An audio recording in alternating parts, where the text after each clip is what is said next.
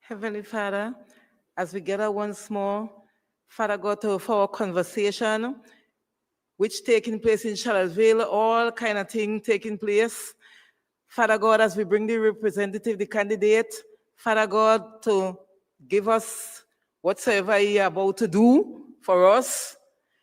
Father God, we ask guidance and protection, dear Lord. Father God, that we can go through this meeting in decency and in order, and our conversation must be sensitive, that the candidate can know how he will go along his business. Father God, we know the situation of Charlottesville. And Father God, if it's your will, let your will be done. And let us continue to trust in the Almighty God and see how things work in. In Jesus' name we pray, amen. And thank God for bringing us out here safe. And when we're about to leave, Lord, take us safely to our home of our border. In Jesus' name, amen. Thank you.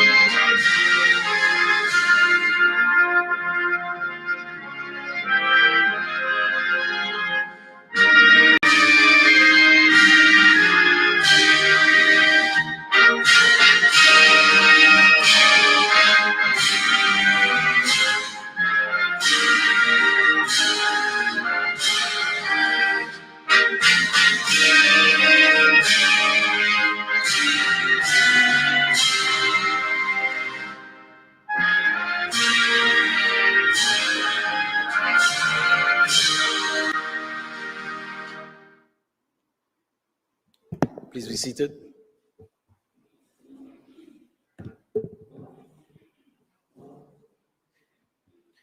So as I said before, I want to take this opportunity to welcome you to another installment of our community conversations, where we highlight the fact that Tobago deserves better.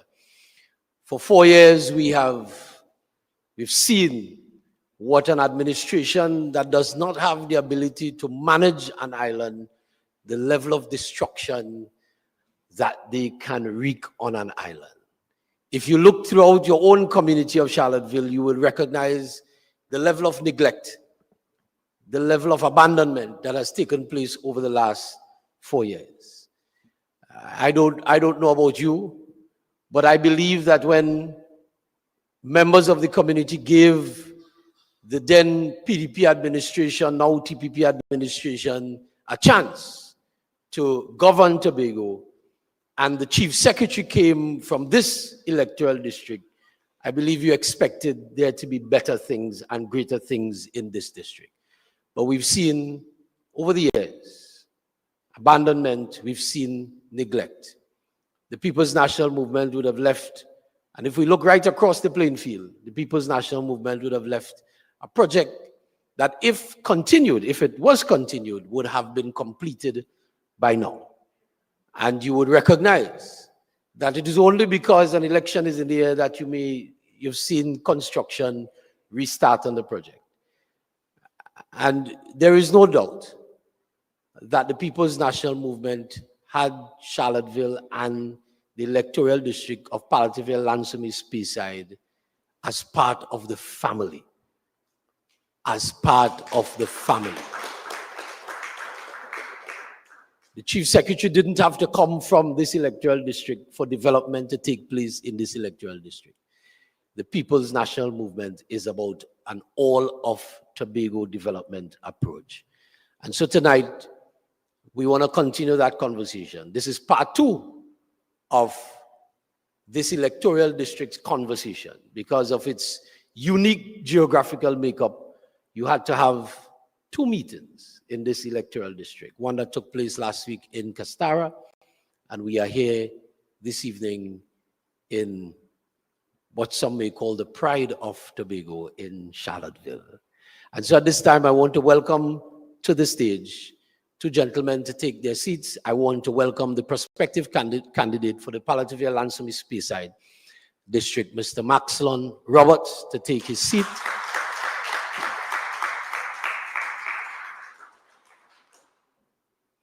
I also want to invite you to a rousing round of applause, stand to your feet as we welcome to the stage and to take his seat the political leader of the Tobago Council of the People's National Movement, Mr. Ansel Dennis.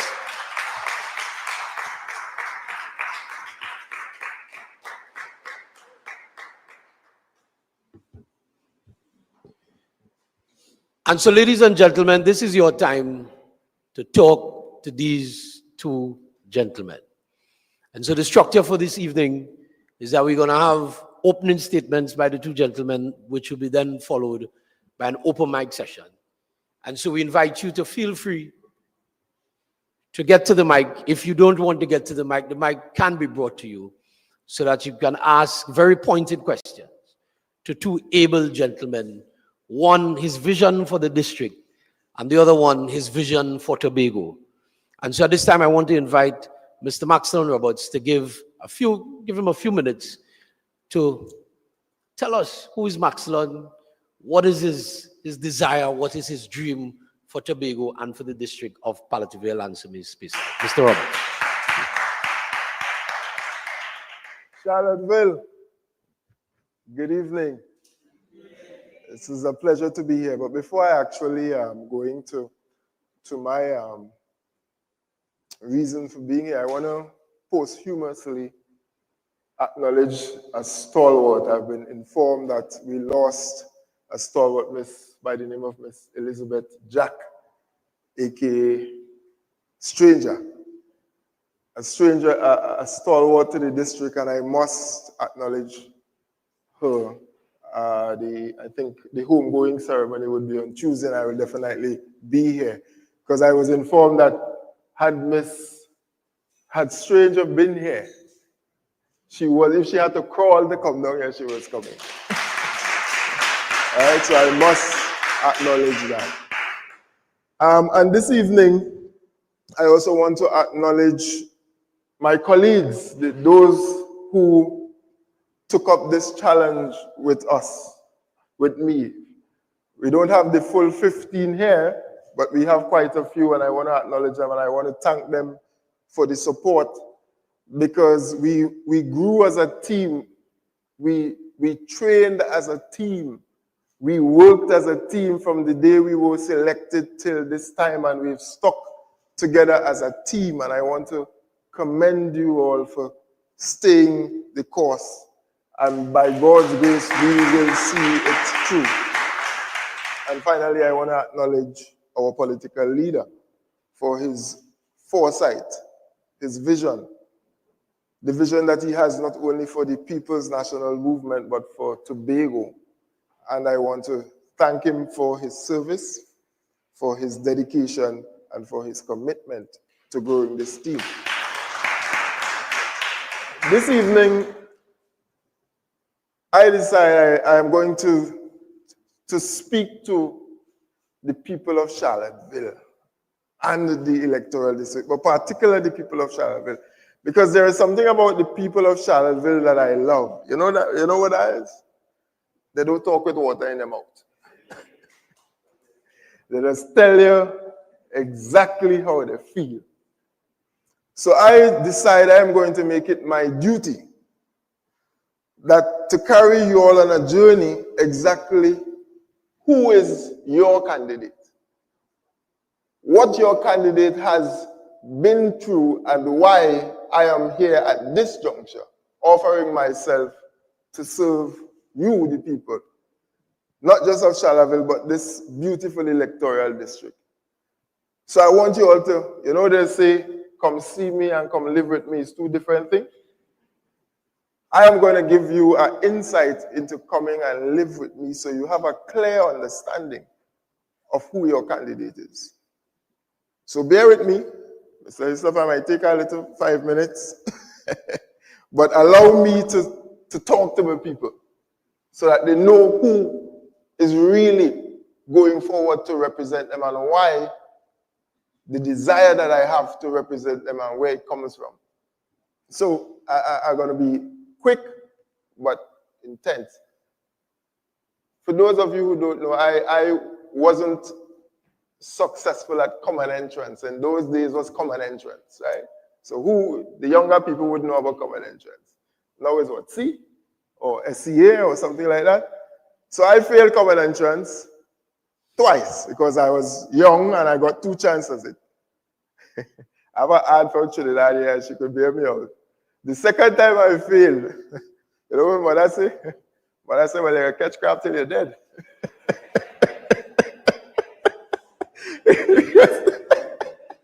Because as a young boy, that's what we do, we catch crab. That was my first hustle, catching crab and thing. I'm a grub person. But after that, I went to trade school. I went to Roxborough Trade School and I learned masonry. So I'm a mason by trade. I came out of that was age 16, come out, I think it was 2 years, come out at 18. Did some work all over the place, doing mason work. And I have a big sister, and you have to acknowledge, you see when people or someone believes in you and sees your potential that you can't see and they believe in you and they give you that chance.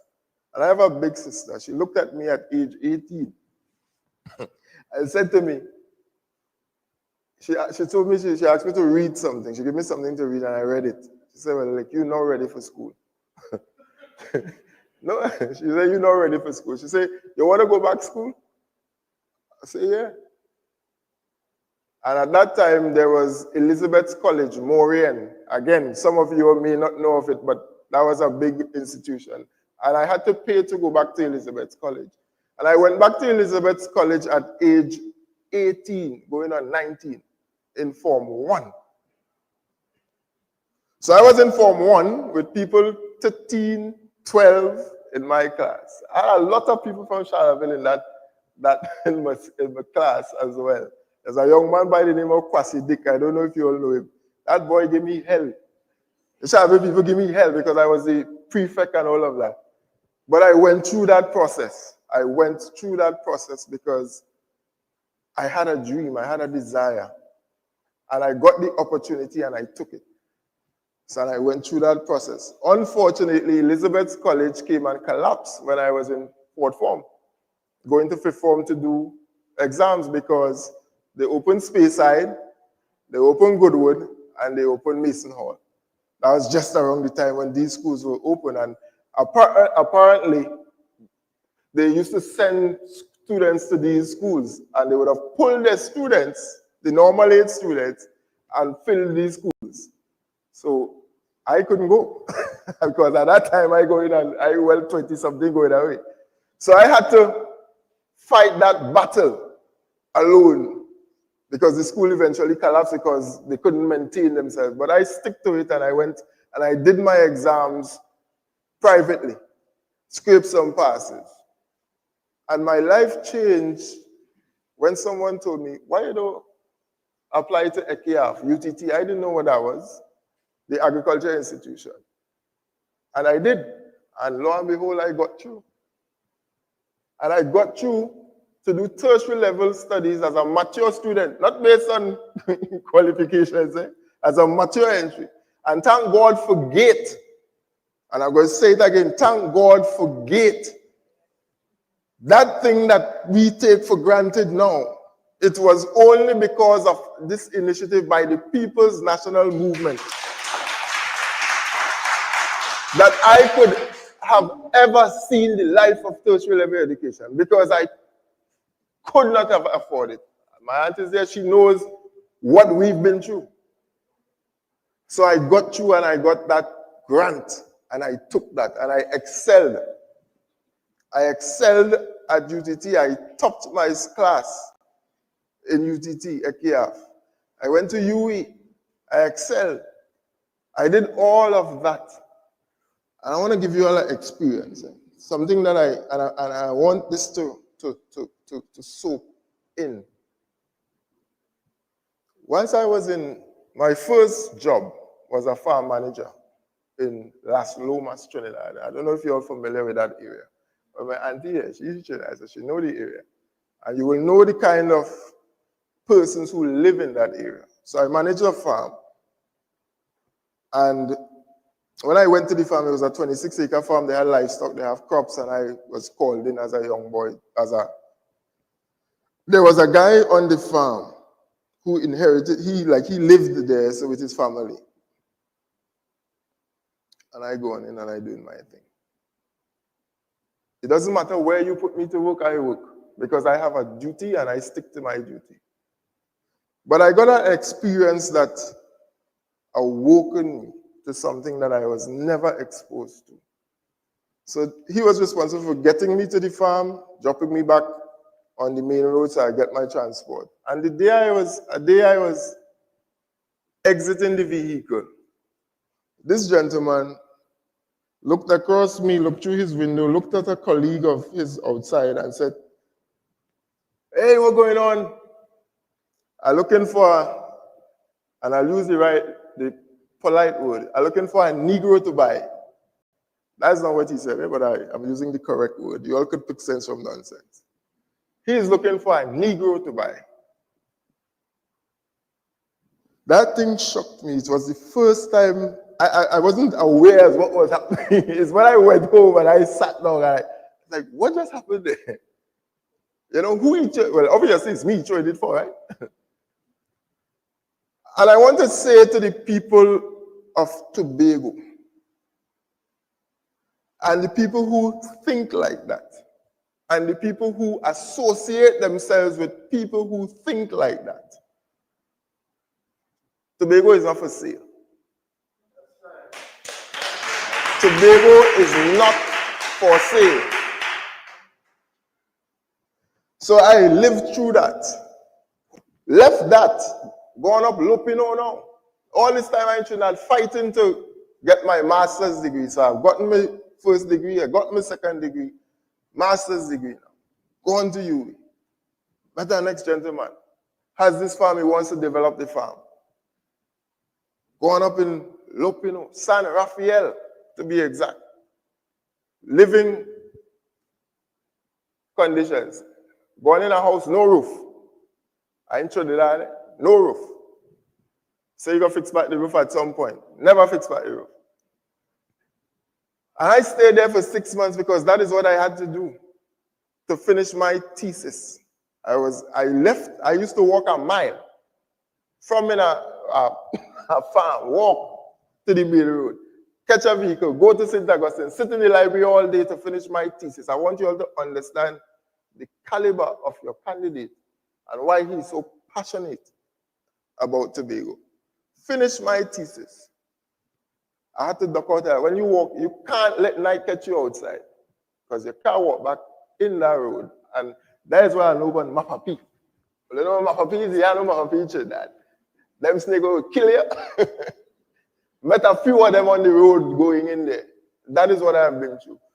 Whilst I was doing my bachelor's as well, after I left 𝐝𝐞𝐬𝐞𝐫, because you were housed in 𝐝𝐞𝐬𝐞𝐫, I went in an old house right outside campus, cleaned the old house and lived there. I lived there for 3 years because I could not afford to accommodation. I can't work and study full time. I can't. I don't know how some people do it. When I'm doing something, I'm doing something. And that is what I've been through. And that house up to today, you know, Tobago here, I still go in that house. I stay where they go to Trinidad. Police come and kick down my door and run me out of that house. I stayed. I got robbed in that house at gunpoint. I stayed. Because I had a vision and I had a dream and I must succeed at my dream regardless of what. So I stuck it out. And today I am here. And let me tell you about why this election is so critical and why the People's National Movement is the only organization, the only institution that is going to move Tobago forward. After I have accomplished 3 degrees, 2 masters, a bachelor's and a diploma, I came back to Tobago, applied to THA, finally got through with a job under the People's National Movement that suited my qualifications. I was in 2020, sorry. Election came in 2021. You know what these people did? Ask yourself, she knows, she's in the division. I was in charge of reforestation. I was the project manager of reforestation. You know what these people did? You talk about weaponizing a department. Let me tell you how there's weaponized a department. They came, restructured the org chart of the organization that I built. When I got that job, we built out whatever it is reforestation. We worked and we built it out.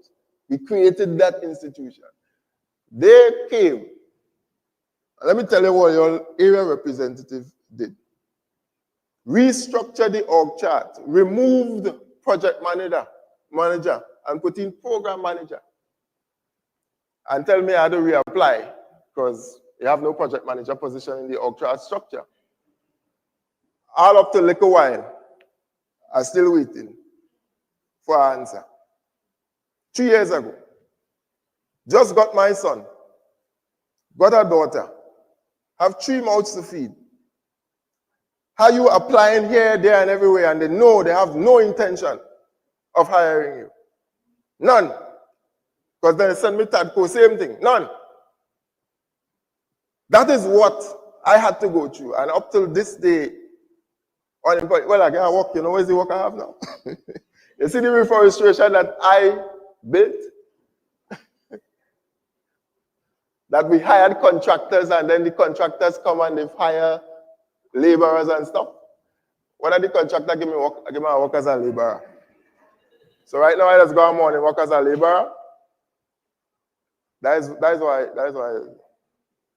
That is the caliber of your. That is what, and this is why we can't make the same mistake. This is why it is important that we ensure that a party that is caring, that is just, that is right for Tobago and Tobagonians, that has the best interests of Tobago and Tobagonians at heart, not victimization, is put back in power. And the only party that can do that is the People's National Movement. So I have come offering myself not with bribes, not with money, because in a hand on, not with an agenda to sell out. I have come offering myself, wearing the hat of humility, a heart filled with compassion, and a desire to serve the people. A desire to serve with integrity.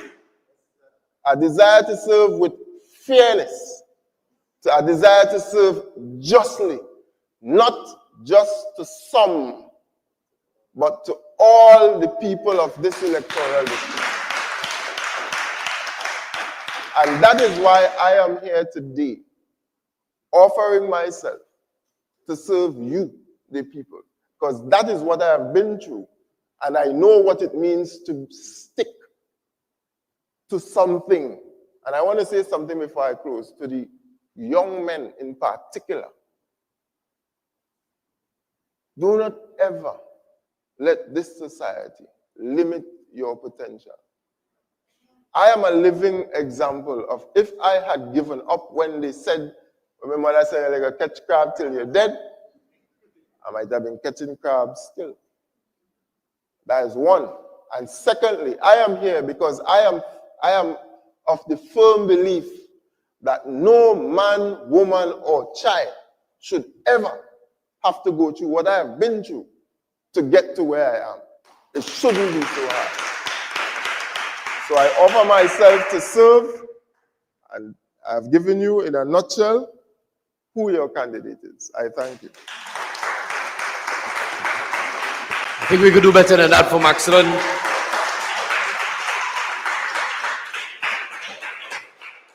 Spoken from the heart. You could see the emotion coming out from a man who has been through the ringer and is now offering himself to you to work for you, on behalf of you. Put your hands together again for Mr. Robert.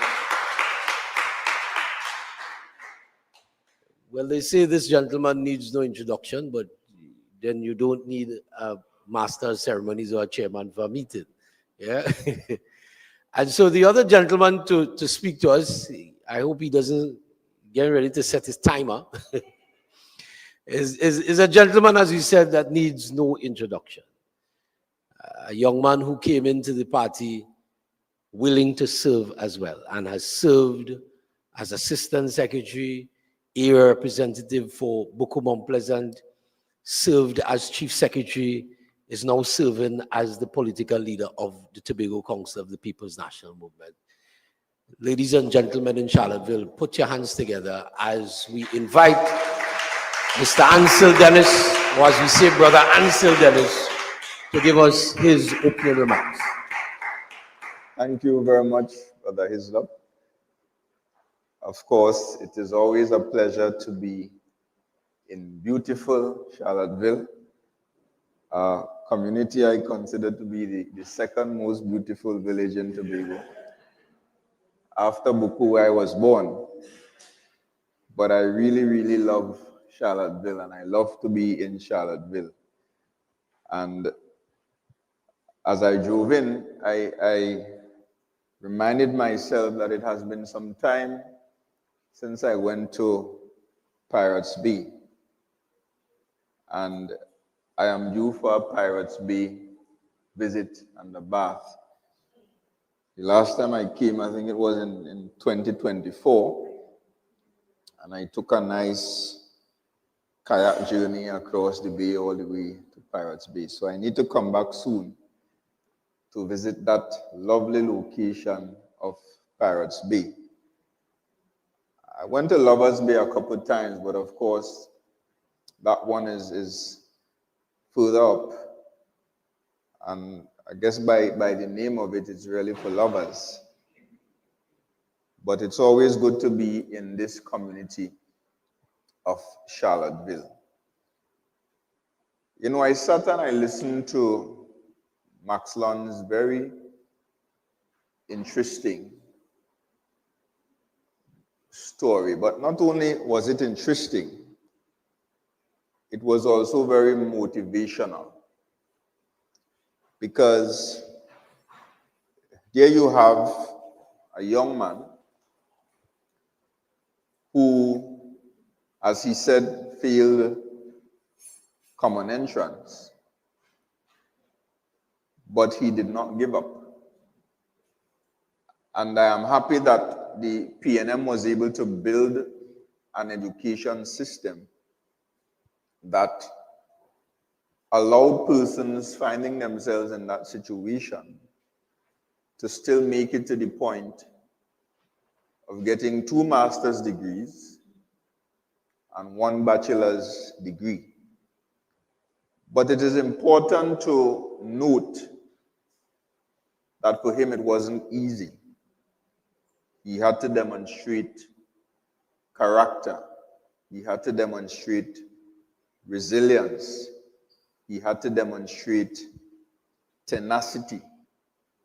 He had to demonstrate great strength and courage.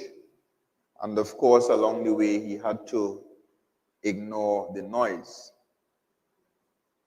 What better man can you find to represent this electoral district of Charlotteville, 𝐝𝐸𝐶𝐫, Speyside, and Charlotteville? What better candidate can you find? And therefore, it gives me great pleasure to sit here once again, just as I did in Castara, in support of this gentleman, and to tell you that your only chance of excellent representation, which you have not had for the last 4 years, is through Max Lund Robert.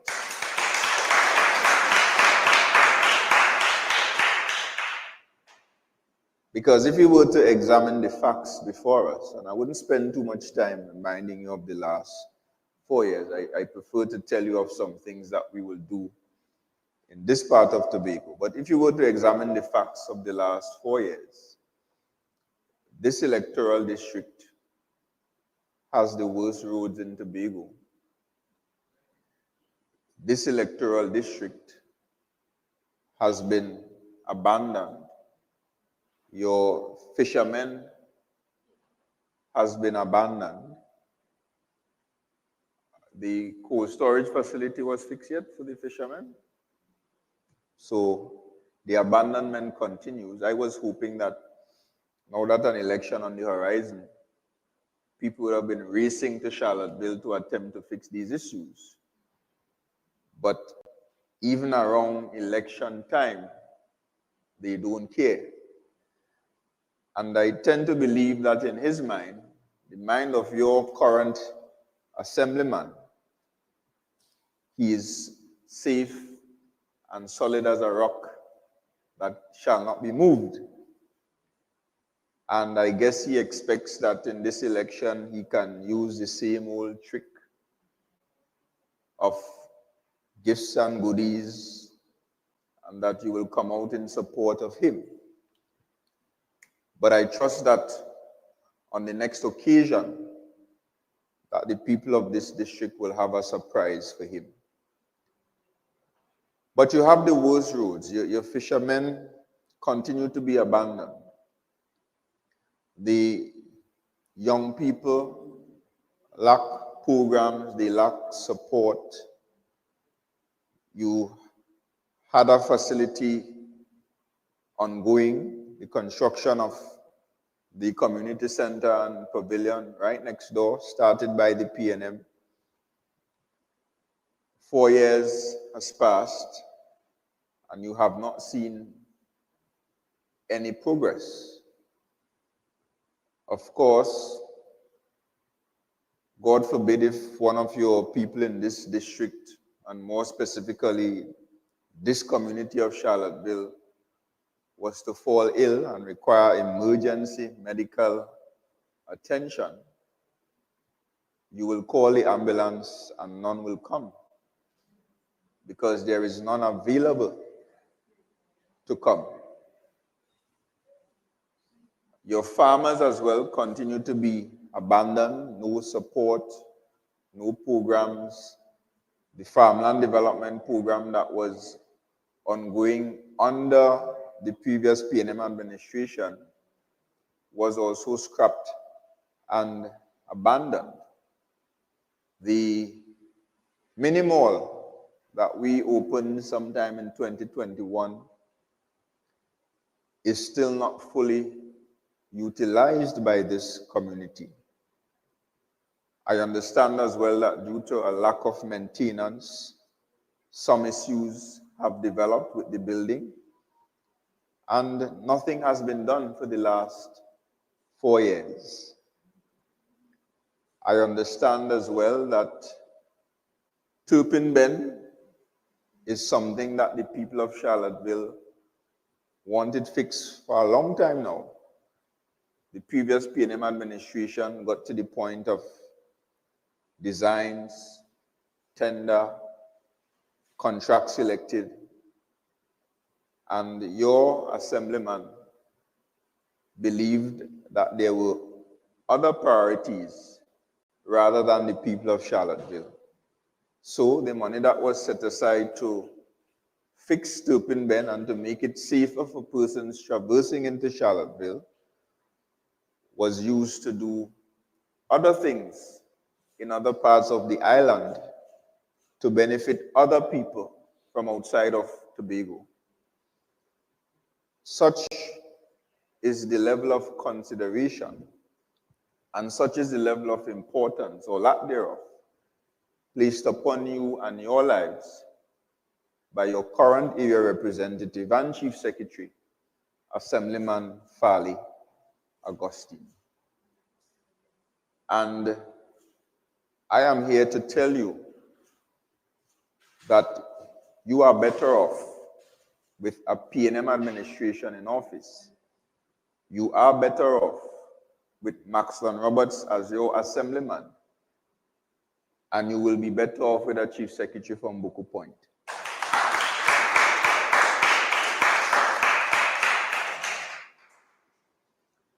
So what will be done when you elect the next PNM administration into office? And I will say to you that our first priority will be to get the Tobago economy working for you, the people of Tobago, again, because currently it is not working for you, the people of Tobago.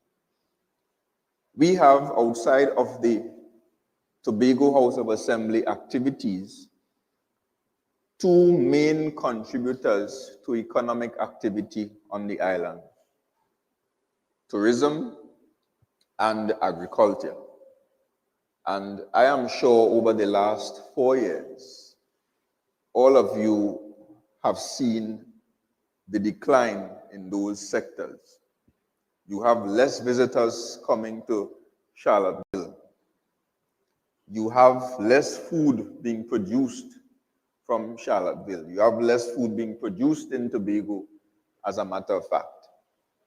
And your fishermen don't even have proper cold storage facilities. And it has been that way for 4 years. So there is no real incentive to catch a lot of fish because you don't have ice, you don't have facilities to store it. So our main objective is to really get those two sectors working again for you, the people of Tobago. Because we have to create more jobs. We have to create more employment opportunities. And it is a known fact that the THA cannot employ everybody. So we have to create other opportunities outside of the Tobago House of Assembly. And there are no better sectors to do that in Tobago than through the tourism sector, the agriculture sector, and of course, to a great extent as well, the construction sector. So what are we going to do for Charlotteville? The first thing we will do, especially when we talk about tourism and getting the economy working again, is that we have to change the face of Tobago. Tobago has aged significantly over the last 4 years. Tobago used to be, under the PNM, a beautiful 25-year-old in her prime. 4 years later, you might say, well, she should look 29. Tobago looked 69. And that is the truth. You know, I drove up all the way from Plymouth. I live at Plymouth, by the way. I was born in Buku Point, but I live at Plymouth. All the way into Charlotteville. And I couldn't help but notice the poor state of the island, the roads, the roadsides, the public spaces, no maintenance, no love, no care given to this island that we claim to love. Under the PNM, that will change. And I want you to imagine with me for a bit, especially the people of Charlotteville, a situation where you're coming out. Well, let's start from the beginning of the electoral district, which is Delaford. And from Delaford, as you drive in, you have smooth roads, better roads, less potholes. I'm not going to say it's going to be perfect and all the roads will be smooth like a baby bottom. But with good road maintenance, you can have a situation where potholes can be fixed within a few days once they arrive. So imagine you're driving into Charlotteville, you start in Delaford, and your roads are a lot better, less potholes, well maintained. So It's less maintenance for you, especially those of you who drive vehicles, because you don't have potholes to go down into damage your tires and damage your shocks and your bushings and your steering rack and those parts of your vehicle. And then the walls now along the roadside, those retaining walls that are currently either covered in moss or defaced by writings. Imagine those walls being replaced by nice murals, nice paintings done by people from within your community. Paintings of the Charlotteville beachfront, paintings of some of your heroes like Jeff Davidson and others who represented this district before, paintings representing Tobago's history. And imagine as you come further down, the trees that are not being cut and not being maintained, blocking your view of the scenery, are now properly maintained and properly trimmed. And your roadsides, instead of being overgrown with bush, as if CPEP and URP have been quashed in Tobago as well, because no maintenance have been taking place.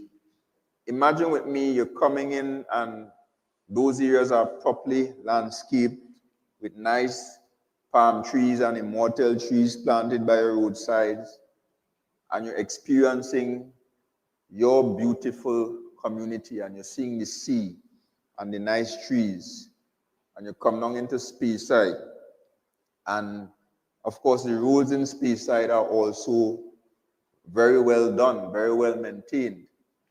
And as you come across by the playing field and you make that left turn to go up towards Manta Lodge and Blue Waters Inn, that area on the left, which is so poorly kept, imagine that area being uplifted with pavers and planters and a little bit of trees and some nice landscaping and properly painted benches so that you could stop and sit there and chill with your family and take a picture.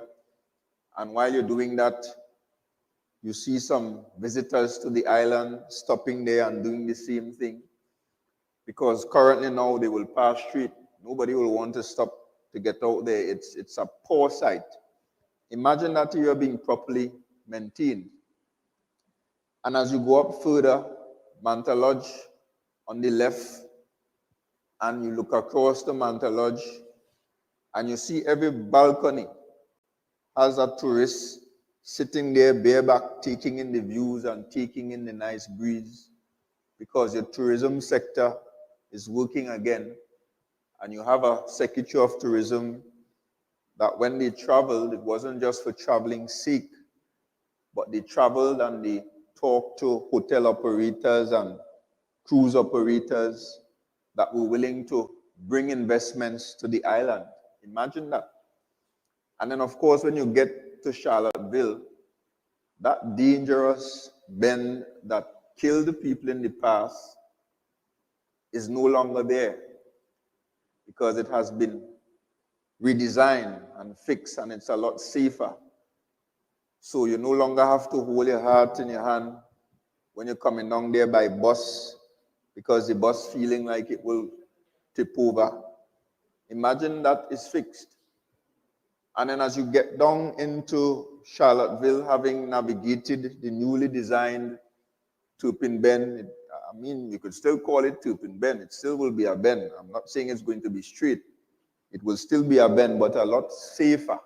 It wouldn't be as sharp, and it wouldn't be as treacherous with the new design that the PNM will execute when we get back into office. And as you navigate that bend, and you come down into Charlotteville, and you make the right to come into the village, imagine you look to your left, and at the beginning of that area, there is a nice, beautiful, scenic boardwalk covering the entire seafront with redesigned and upgraded booths, and you have your Charlotteville people in there some selling jewelry, some selling food, barbecue, roast fish, some selling all kinds of things that people will buy. And as you go further down, the boardwalk extends all the way down to the jetty with lovely benches for you to sit on, nice landscaping, trees and greenery so that you could sit there. And when you breathe in, the natural smell of a clean, serene Tobago graces your nostrils, and you say to yourself, this is Tobago. And while you sit on that boardwalk, taking in the view of the sea, and the kids on the beach bathing and having a good time, behind you is a lot of noise and a lot of activities because your mini mall is bustling and people going through there, visitors, locals alike, shopping, and Charlotteville people getting sales and making their money, and so on. And behind the mini mall, you have a football game taking place, and your playing field is properly lighted. But of course, it's daytime, so the lights aren't on. But you can't help but notice the new state-of-the-art pavilion and a lot of people from Charlotteville sitting there, socializing, supporting whoever is playing the football. And while that is happening, in your spanking new community center, a training program is taking place in there. And again, Charlotteville young people in there being trained to do art and craft, garment construction, food, you name it. That is the vision. That is only part of the vision that the PNM wants to implement when we get back into office.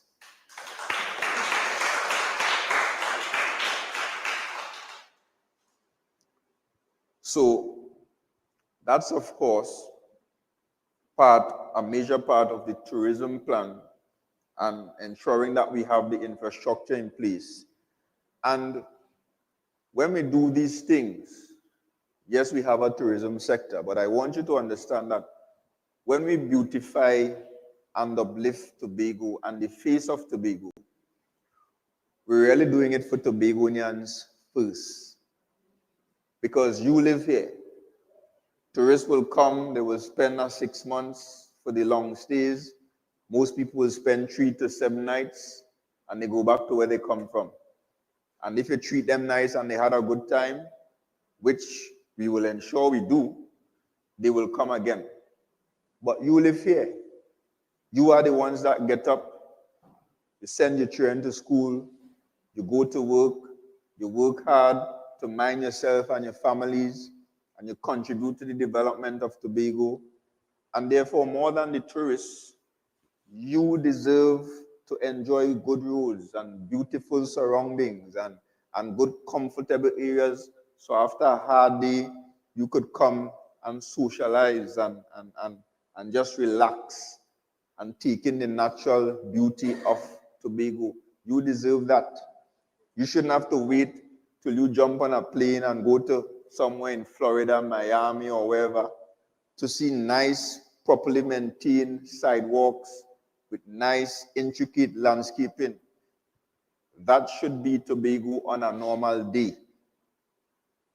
And we in the PNM will ensure that that happens. Now, Charlotteville also is a critical part of the cruise industry. And one of the things we will ensure is that we attract more cruise vessels to Tobago.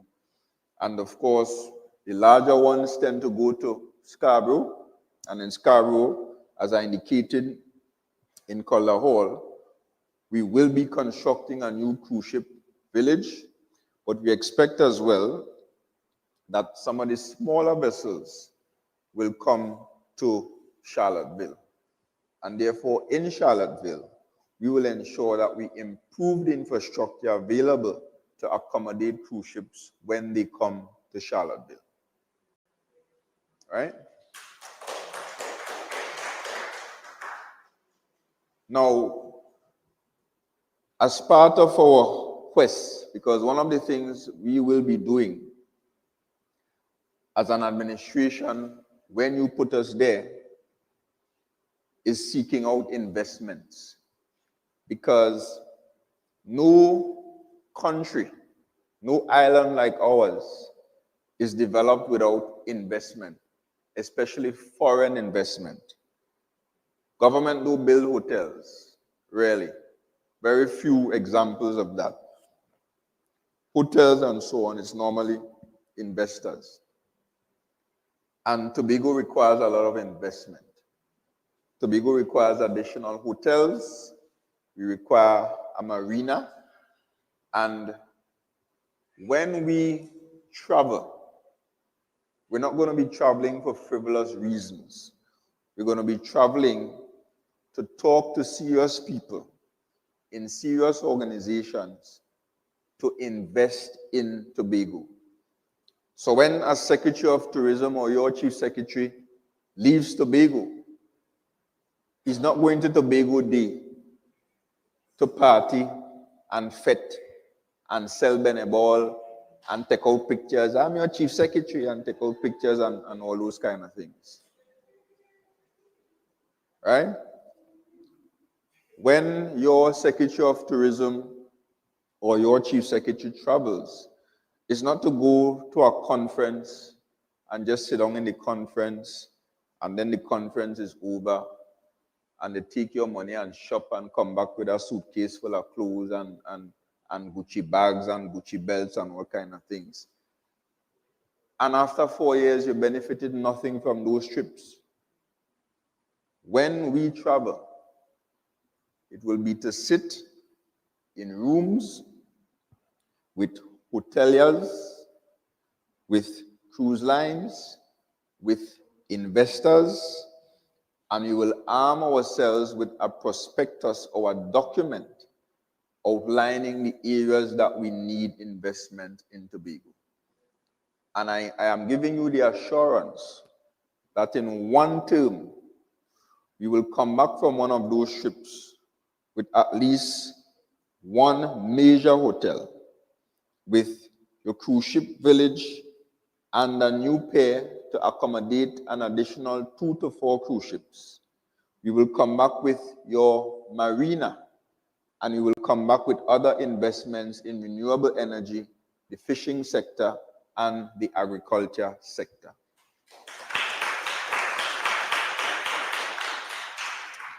And for those of you who may think it is impossible, I want you all to remember how the last Prime Minister, not this one, the last Prime Minister, I want you to remember how he operated. Because just like tourism is important to Tobago, oil and gas is important to Trinidad, or Trinidad and Tobago. And I'm sure you recall the number of times the Prime Minister and the Minister of Energy left here to go to Venezuela, or to go to Washington, or to go to America or some other country to meet with oil companies to say to them, we have these potential fields, we have these projects that require investment, come to Trinidad and Tobago and invest. When you hire an administration, when you hire a chief secretary and an executive council, it's a serious matter.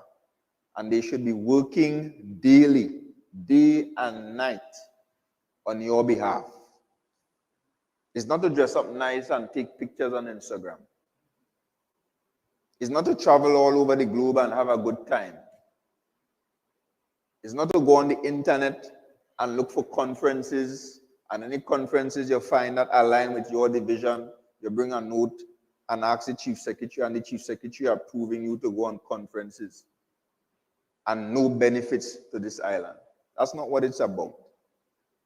When you hire us, it is to work for you to improve your quality of life, to manage the THA in a way that will bring benefits to you, to spend your money, the money that is allocated to Tobago every year, in a way that will put your interests first, and to get and find investors wherever they are to come and invest in Tobago. And those are the things that we will consider wins. A win for us is not a refurbished tennis court or hard court, because they will come to you just now in a few weeks to tell you, put them back in office. And when you ask them what they did, they will show you a refurbished tennis court in Speyside. He will tell you about a home of blue food in Bloody Bay that was started and never completed, and it is still there languishing now. What else did we commission up here? Which center? Now I'm talking about in this district. Those are the things that he will come to celebrate as wins.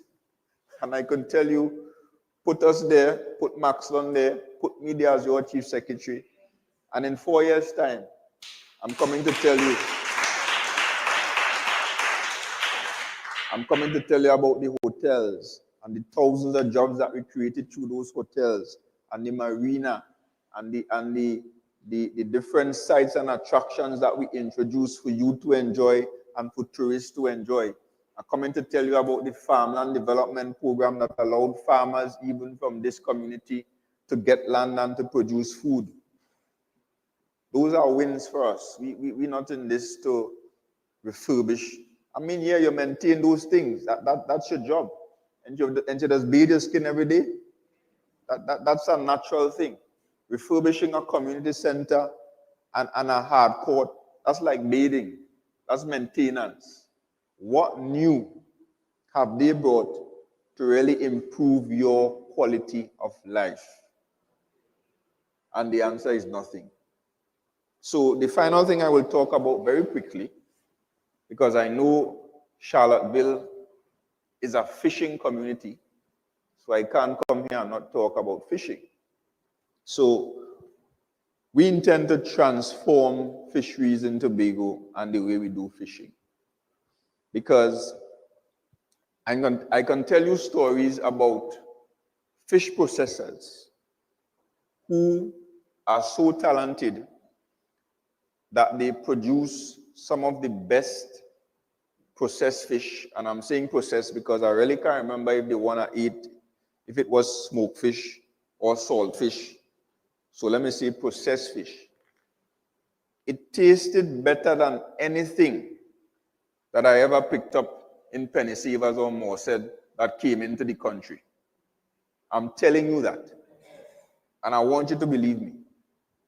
And 5 years ago, that fish processor told me that he was having problems getting fish in Tobago. And he had to get it from Trinidad. And it was expensive. And it wasn't a reliable supply. And I suspect he requires a quality fish like tuna, yellowfin tuna, and so on. And then I saw one of them a couple weeks ago. And the story is that they have stopped operations.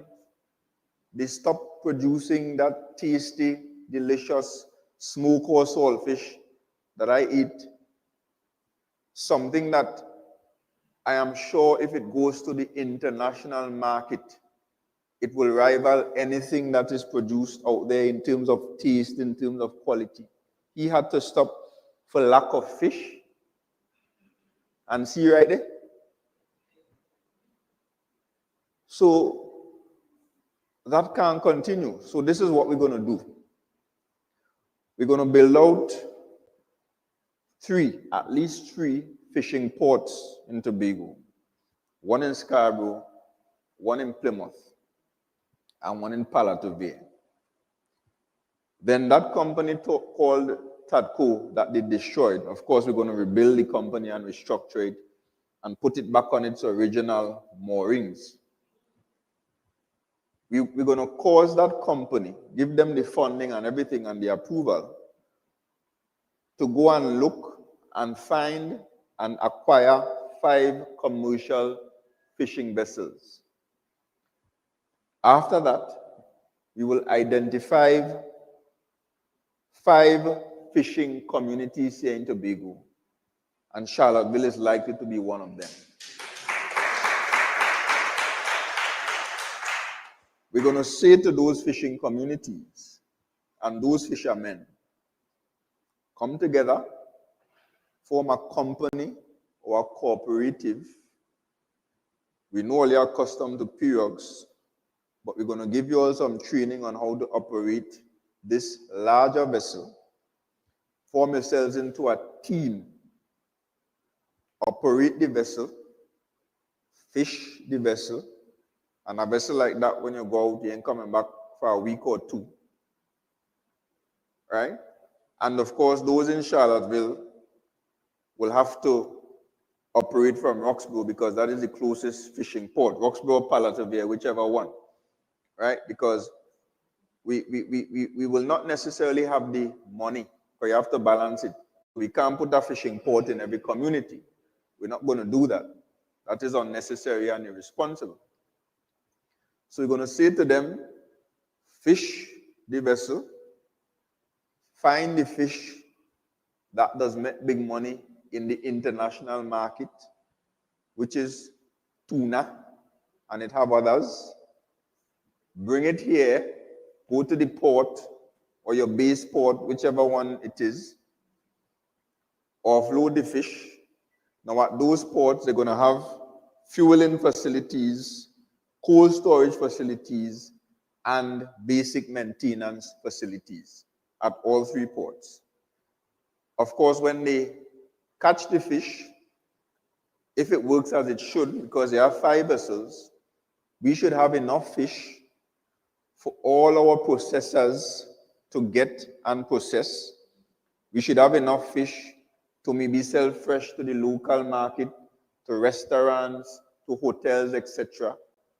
And we should have enough fish to also export, firstly to Trinidad and to the international market. And of course, when the fish processors process the fish, I am sure some of it will be exported as well. And that is how we intend to start the transformation of the fishing sector in Tobago. The pirogue men are going to be asked to come together, get trained, get prepared, and operate a big vessel to catch big fish and plenty fish. And I know you're going to love this part, for big money.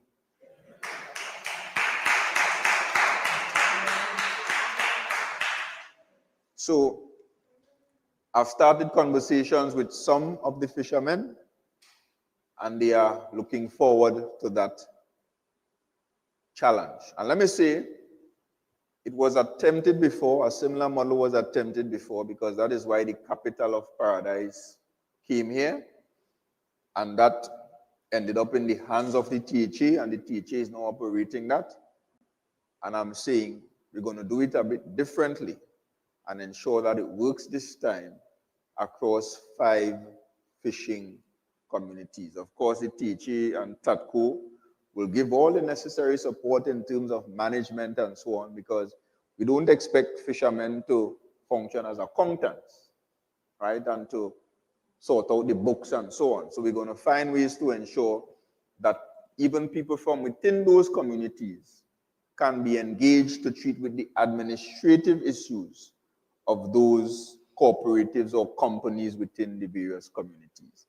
And of course, when it works, because I am sure it's going to work, we're going to expand from 5 to other communities. And before you know it, we have to be building out additional ports.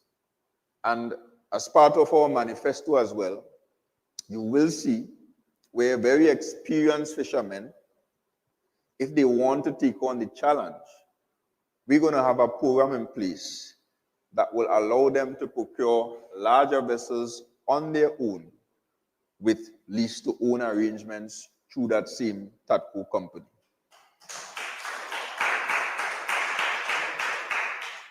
So fishing has serious potential, right? Once done properly, once done right.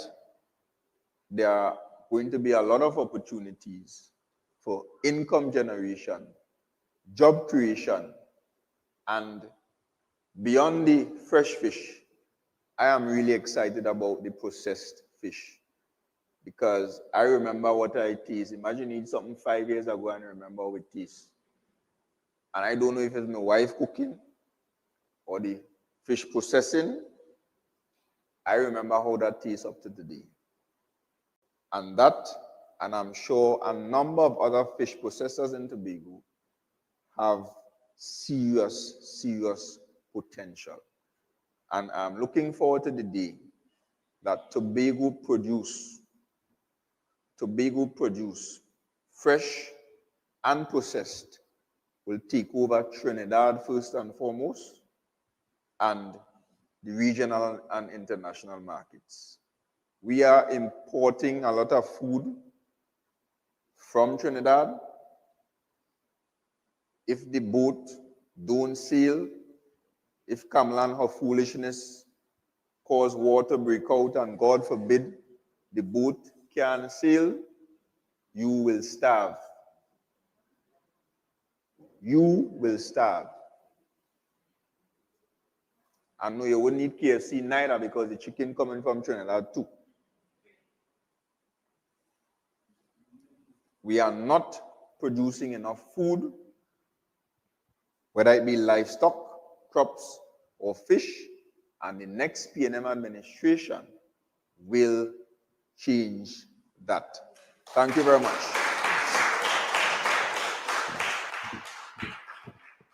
A lot of food, literally a lot of food for thought.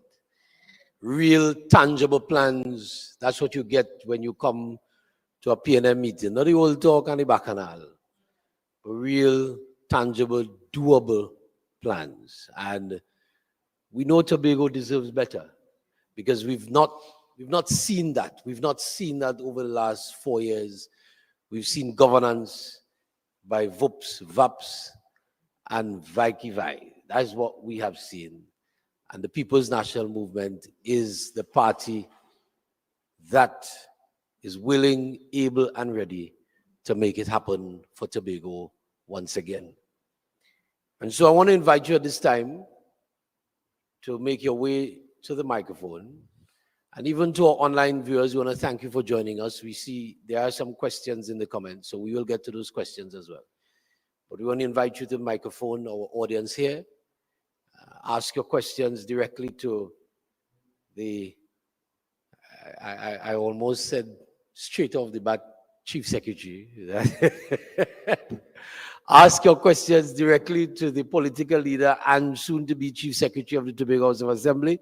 Ask your questions directly to your prospective candidate and soon to be your area representative. Ask your questions directly and you will get the direct answers. Who will be first?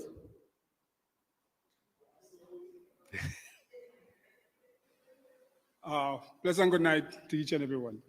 All protocol observed. Pleasant night to Mr. Webster Roy, was did human service to us. I will miss her. She and Shamfa.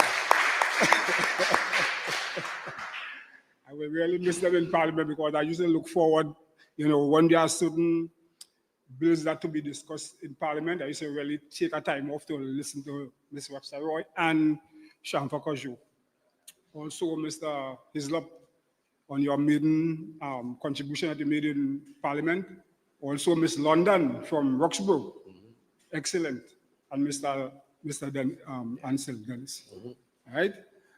I just want to say that you take some of me, like, I don't know if you was there when I was writing some of the things I know that you a lot of the things I have them. Come closer to the mic first, right? Right. I have them on me, and I have a dossier, yeah? So, so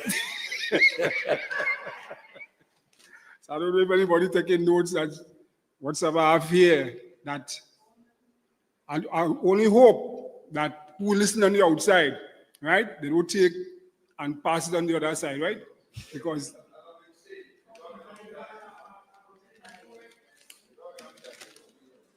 I have a very long listener, so. Go ahead, bud, go ahead. Right. I was talking about the expansion of the, we talk about the expansion of the jetty, the Charlotteville jetty, and also the fisher folks. If you could have them to put on one side, you know, because they're all over the beach, and that is not a good thing. So something needs to be done about that. Yeah.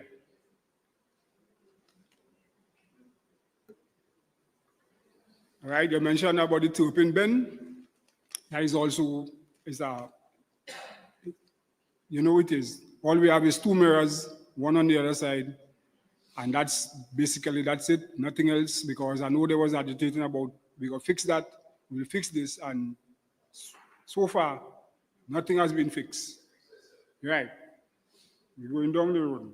Pirates Bay Road, as I saw again, need to be fixed.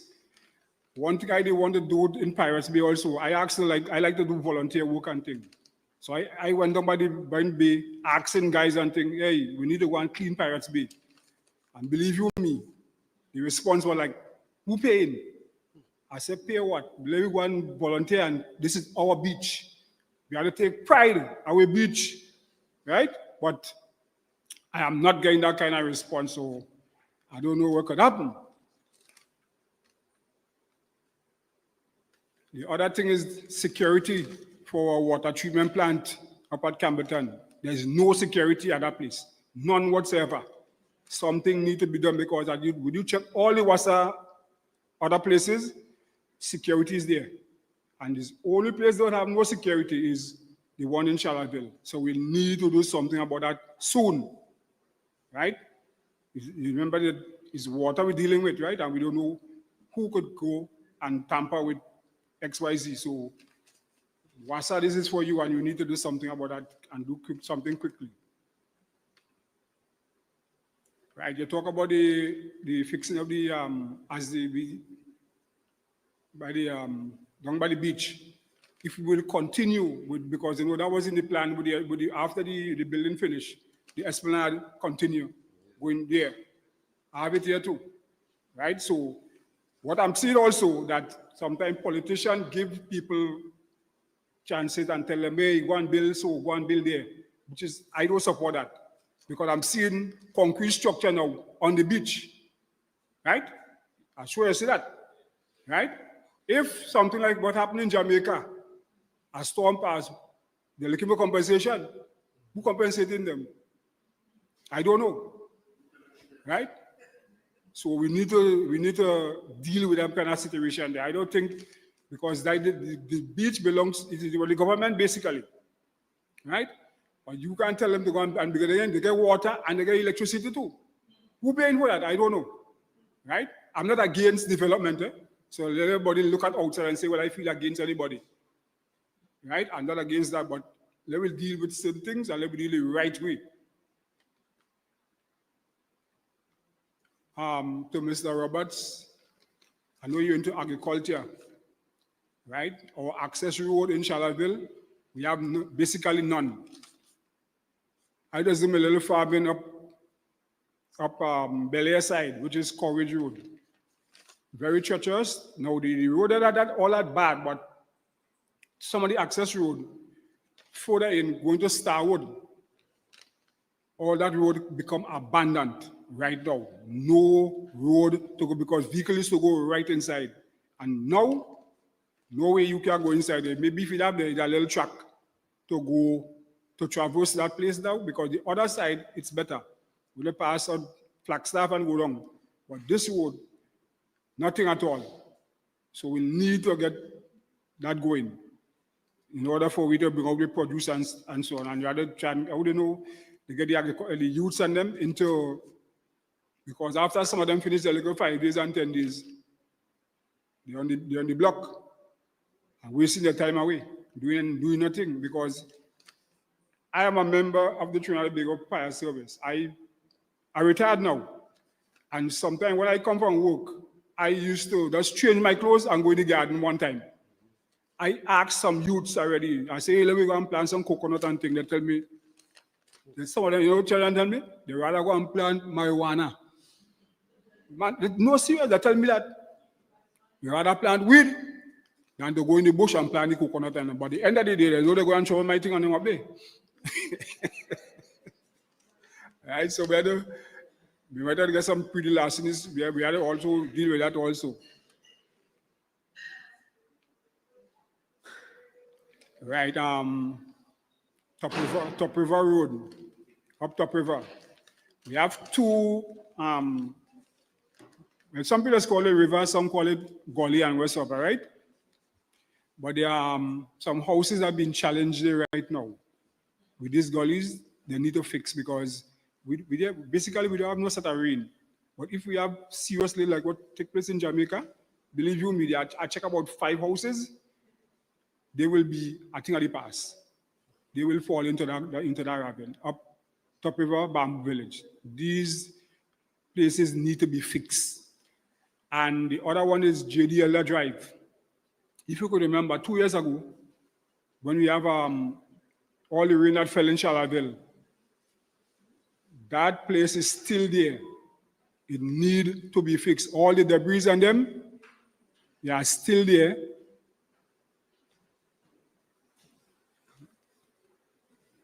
Yes, all the debris on them, they're still there. They need to remove from that place because some of the debris are into one of my cousin and them yard, from the neighbor yard into my cousin yard. So all these things need to be fixed. When they ask what's going on, everybody's saying, ask the chief sec, ask this, and nobody ain't coming to rescue. What the TEMA came and did some work, right? In order that thing so you could pass, but to the other side, you cannot really traverse that. That's because the house is hanging over the road. And you know anything could happen, so I don't know how we're going about doing that.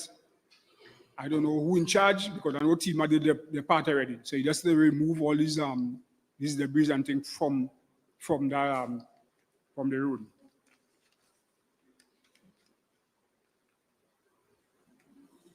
Right. Fire station, we need a fire station in Charlotteville. No, serious. No, what happened? We have some equipment was here already, and they removed them. The last house fire that took place in Charlotteville, the fire hydrant was right there, the house was right there. But at the end of the day, we can't do anything because we didn't have the access, the hoses and thing to extinguish that fire. Normally, we have an overhead siren by the police station. It needs to be activated.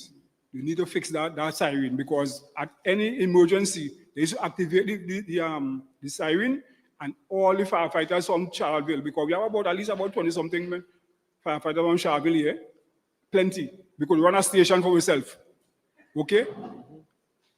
We need to get that up and running, and we need to get back a fire station. At something small where out there we could utilize that building out there and get something going. You have to look into that, Mr. Chief Sec, the next Chief Sec. The courthouse, the whole courthouse. And the bus shed. And we have we need refurbishment also. A transportation hub. Okay, so you need no need for Yes. So, right. So we incorporate in Roxborough also. yeah. Thank you. Custom and excise. I see you have custom excise in the community, the health center, and that's a no-no. Custom need to be by themselves. The health center need to be by themselves. We will mix up custom with that. I am saying that we have a building right here. I don't know if that is suitable to put the personnel on them there, or you construct something down the road by the beachfront down there, 2 containers, and you house them there. Others something that got a little problem, so custom going to the health center now. I do accept that. That is acceptable. Unacceptable. So we look into that also. Well, we know we have no health center, right? Because everybody had to go to Speyside and Roxborough. Well, I'm no health center. Nope. No, there's nothing going on in Charlotteville. We had to go, you can't, there's nothing there. It closed down. You wasn't aware of that? Well, I know at one point in time, but I thought it was fixed by now. Nope. Same way. No service. We had to go Roxborough Space side. Or And go to Scarborough. The chief secretary is aware of this? Okay. Okay. We're going good, we're going good. Right?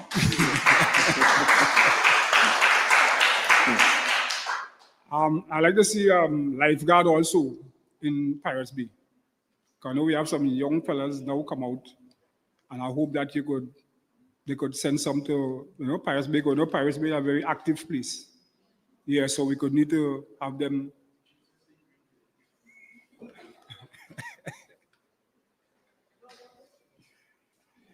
Also in Buko Reef, also I would like to see the reef tours put lifeguards on the reef boats, and I would like to see that because I've been there already, and I see like if something should happen, like somebody collapse something, first aid, which is very critical.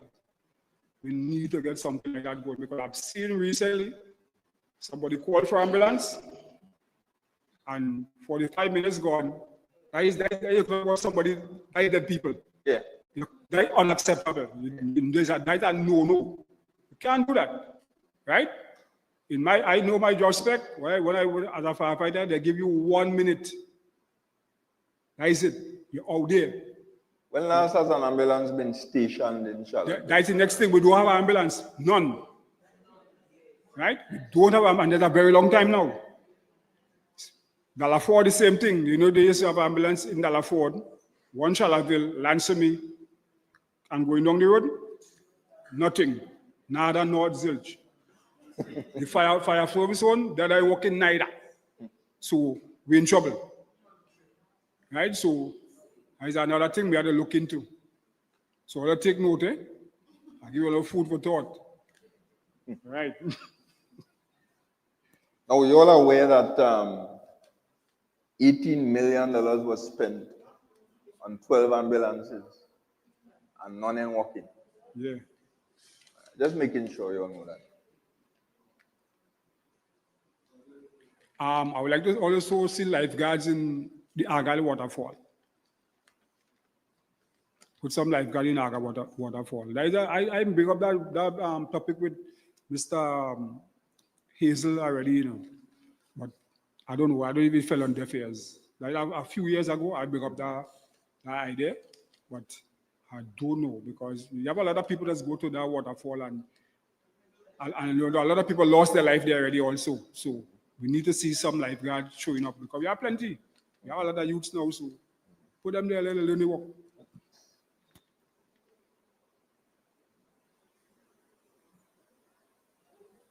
Right.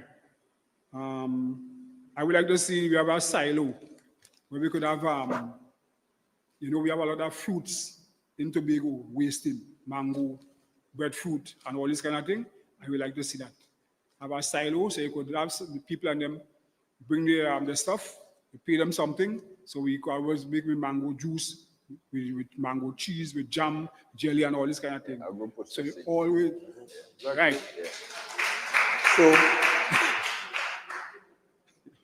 So we could have breadfruit chips and all categories. So that we have the Irish potato. We have plenty of breadfruit that we wasting in Tobago. Yep. Yeah, we could do that. And have the chips and things, breadfruit chips, So we could always have a thing there. So let the people and them whosoever have, you bring them, you pay them. Yeah. You're aware as well that, as you mentioned that, right, under the PNM, the previous administration, we started an agro-processing factory down at Boseborough. You all aware of that? Yes. All right, so you all are well informed. I'm just making sure you all are aware. And, right. and it was abandoned, just like this community center across there. And exactly what he is talking about there, that facility would have done that. The other thing is the Garden Side Street car park. I just take the bus right there and look up the Charlotteville sometime, and that'd be a very shame sometime seeing the condition of that compound. And that'd be a shame. Grass, there are tall trees growing up in the yard. I was like, nah, this wasn't like that before. And like everything just fall down. There are some guys living on the other side of the road of liming and drinking and thing, and it ain't looking good. It's not looking good. We need something to be done about that Ganside Street. There's no lights also when it, at the dark hours. There's no lights there when you're taking the bus. The bus shed also dilapidated. And I see they're fixing others on the other, like on the highway and thing, but I ain't seen none by Ganside Street there that need to be fixed. Because remember, it's people from Mason Hall, Lansumi, part of it, taking the bus along with Charlotteville, people coming on this side. And there is no bus. If the rain come down, that's it. They have to run across by Wolf on them and shelter the rain.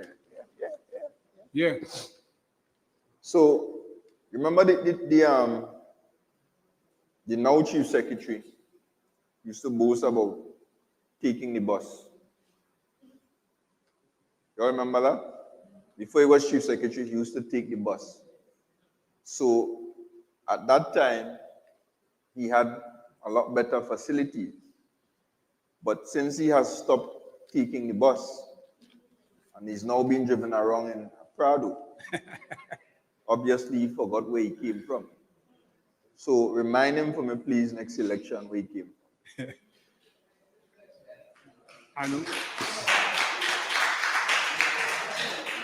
One of the things that you mentioned, I have it here too, you see the set of walls that we have in Tobago? All them walls. I talked to Mr. From Pembroke. And I talked to him, I say, you see them walls that we have in Tobago here? We need to have like a Wall Street competition, all villages and things. Paint them up. Because like people like Bonnie Reed and them fellas who in Pembroke, they are icons. I say, oh, put them fellas their name, put them on the walls and things, by the school. I tell them that. Yeah, so we could have a competition like every village. So you had my notes? No, like you must get my notes. No, they're not knowing. I even talked to Mr. Berkeley a few years ago concerning this. Yeah, but because you know the wall that they're building is by the school in Pembroke. It was looking so nasty and I said, nah, this is looking too good. All paint that wall, please, and put up Bonnie Reed and them fellas and them icons and them on that wall, man. They look good. Like what them people doing Codlall by the Codlall Junction there. Something like that. Yes. So we can have a Wall Street competition, all the villages and them. Nice up them wall. You have plenty walls in Tobago. All over, that tall walls. Nice them up, paint them up. You gonna look good. Definitely. Right?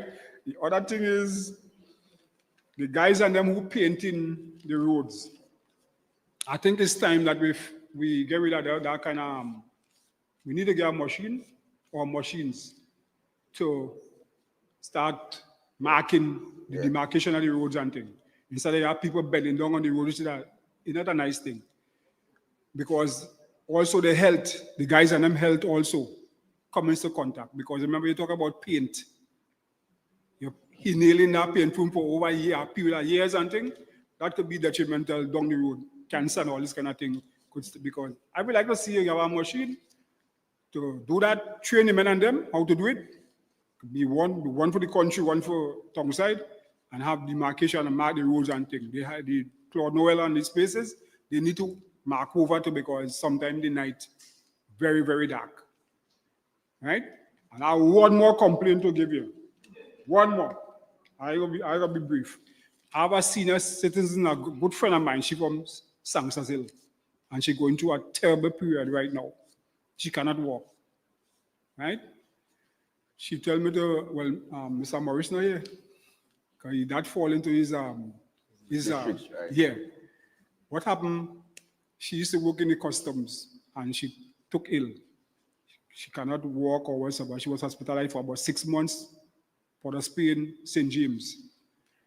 And to me, like, she retired 2012, no pension, no gratuity, nothing for that lady.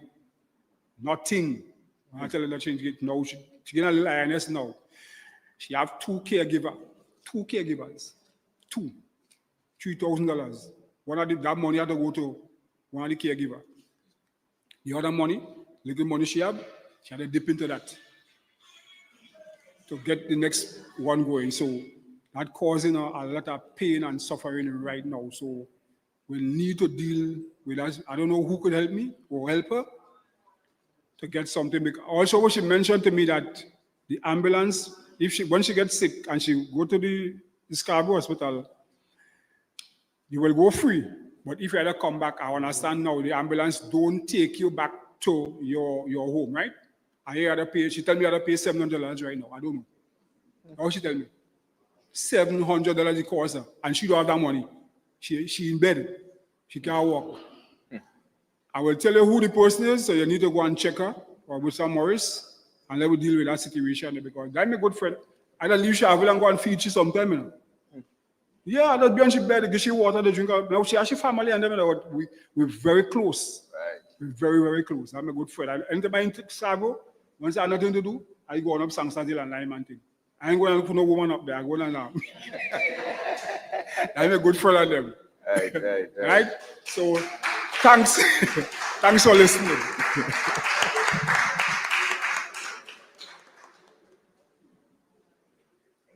I must have a pleasant good night to everyone.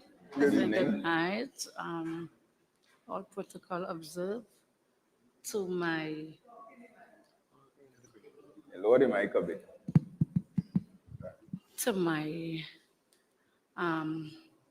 incoming candidate and representative. You might not know me, but I know you quite well. I grew up in Louisville for a while. Marva, Francisca, those are my aunts. Yes, yes. Right. So I must say, I know the journey will be hard, but press on. With God's grace, you will be there. I have just, Mr. Christmas had mentioned the real serious concern, but what I want to say, the link road to Lansome, Bloody Bay, when you pass along that road, you don't know where to drive. The worst road in Tobago. Right? Definitely. I passed there at least 2 or 3 evenings back. You don't know where to drive at all. You know they will brush cut the road, but still yet you don't know how far. The bush is the road. Right? Yes, definitely. Up at the Methodist school, up to yesterday morning, I spoke with the principal. We are having a serious challenge there. The drain, and for a long time, my father and other men, they used to scrub that drain. But for now, I don't know. The young men who working, they need fast money. They get time to scrub the drain. Them just passing the boom and they go. It's real now. Right now, it is very much mossy. Myself and the young lady in the pink, we were working down at the mall down there. And I don't know if the situation is now, but it's when rain fall, the whole upstairs is in water. I don't know what is the problem. We don't know where the water coming from. I know they were doing some renovation because they have a contractor now who works down there. And, well, I haven't been in there for a long while because we shift from there. And they paint the front. I assume that they just painted the front because of the work that is going on the community center and thing, in which we were surprised because this community center should have already been, built. Yes. Right? But they come in, say they will fix thing, and election coming, so they're now hustling to fix thing. Right? By the fishery, there's an ongoing problem by the fishery. Ongoing problem. That is so. It is not, yes, this too a problem. It is not sanitary at all. I mean, you're not maintaining it. Yesterday afternoon, I looked at it for myself. Fees, I don't know. If you're using the building on this side, how feces ending up on that side? You've seen it bubbling up. That's by the fish facility. That's where they build the where you can store your engine and so forth on the beach there now. Right. Right. As a young man. How far is that from where they cutting and cleaning fish? Okay, it's right there. Just that the road is separating. Right? It's on the opposite side. Going into the sea. Wow. How long that has been? That has been there for a while. It's a long time. Because that's health hazard. Public health issue. Definitely. And if you have, You'll get Fish. you'll get the pump, the truck that comes to pull feces and thing. It will come, and within 2 weeks, okay, again. I don't know what is the situation down there right now. I don't think the ice thing is working, because the fishermen right now, they are cleaning and selling outside of the building. that ice machine, how long it down? From inception. The machine is there from inception, but it is How long not it not in working? function for a long while. For a long while. So the chief secretary, he comes to Charlotteville. He just come to take his wife from here. No, serious. He comes to take his wife. He makes sure that he gets a wife from Charlotteville, and that is all. We just see him passing. No, we have to say definitely what the point is. Because if I am living in my house and I have my children in my house, I will try to talk to them, put them on the correct road. Because how could you be the chief secretary and your district is perhaps the worst off? Mr. Incoming Chief Secretary, which part the Chief Secretary wife is living, where she come from? If you should pass on that road to come all the way back down to which part my mommy and Mr. Christmas live in, you will be ashamed. You will be ashamed. Miss John Baptiste and all is living there. I don't have to hide, no one fault, but if you is from a community, he born and grow in Speyside, he fix in Speyside, but your wife come from Charlotteville, fix Charlotteville too. You understand? But no, you only fixing one place and leaving the other. We are very much surprised at him and the health center. He told us 3 months, now it is close to a year. Even self, I need to get a little pressure test. I have to go to Speyside. And sometime when things heavy down there, they're telling you have to go to Roxborough. Wow. That is not fair. I've been to doctor in Speyside, and aged people have to come down there. That is not fair. So you have no fishing facility, no health center, None. no community center, None. no good roads, no ambulance. So we are doomed. We are doomed. And fishermen operating in feces. Definitely. Definitely. My God. So I think it would be fair to say you have no area representation. None. And we have to get him out. That's all. Thank you. So I started my introduction when I spoke earlier about Charlotteville people and what I love about them. And that is they don't talk with water in their mouth. And I'm saying that to say this. Open all your mouth and talk. Let your voices be heard. Huh? Well, if you don't want to open your mouth and talk, use this. On January 26th, 2019, Somewhere around there. Use this and talk. Because I've heard of all of those concerns quite some time now. The sewer system, the ice, no health center. And nothing has changed. And it tells you, and this is why I keep saying, I will offer fair and equitable representation. Distribute. Don't focus in Speyside alone. Right? Let the other communities. So if Charlotteville Bowling, so you can imagine how Lansom is feeling. Lansom feels left out. And to highlight the issue you spoke about earlier regarding the access road, I really wanted to come back to that because I know we have a policy that is going to bring back the access road program. And those are going to be filled, or the work is going to be done by Tobago contractors because we are all in the business of putting Tobago first.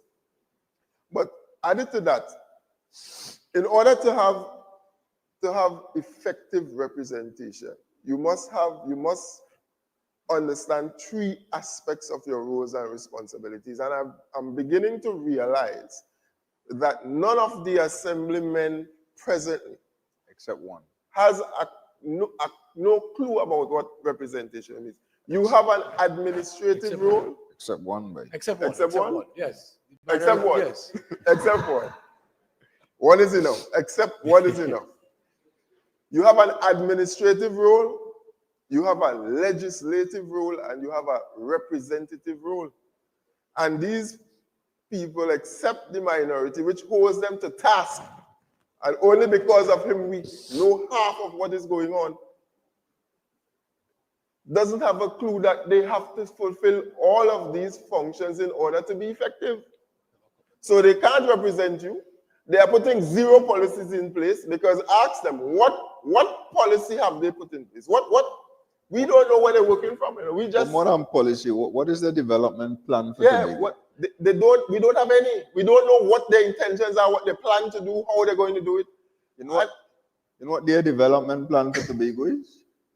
Just sitting with a mic in front of their face and a camera on them and say Tobago is the greatest little island on the planet. Yeah. So I guess by saying that over and over, development will come. We are not going to say Tobago is the greatest little island on the planet. We are going to make Tobago the greatest little island on the planet. So we have a couple questions online. One, I know the hard work by the former NP for Tobago East as it relates to the bus service to Lansing. I don't know if it is that the service has now deteriorated again, but there's a question online asking what are the plans as it relates to the unreliable bus service in and out of Lansing. So you will see this in our vision. I'm trying to stop using the word manifesto. You will see in our vision that one, the THA is going to procure some buses for its own use and to service the people of Tobago, separate and apart from PTSC. So the THA will supplement the bus service. And we are going to construct at least 4 transportation hubs. Right now, we are not of the view that you need to have a bus terminus. As people have been clamoring for, we need a bus terminus, we need a bus terminus. In Scarborough, at Collar Hall, I spoke about the Scarborough Waterfront Complex. Incorporated into that will be a transportation hub for Scarborough, and that will be the largest hub because, of course, all the buses tend to converge in Scarborough. We're going to put a hub in Charlotteville. We're going to put a hub in Roxborough. We're going to put a hub in Charlotteville, and we're going to put a hub in Crown Point.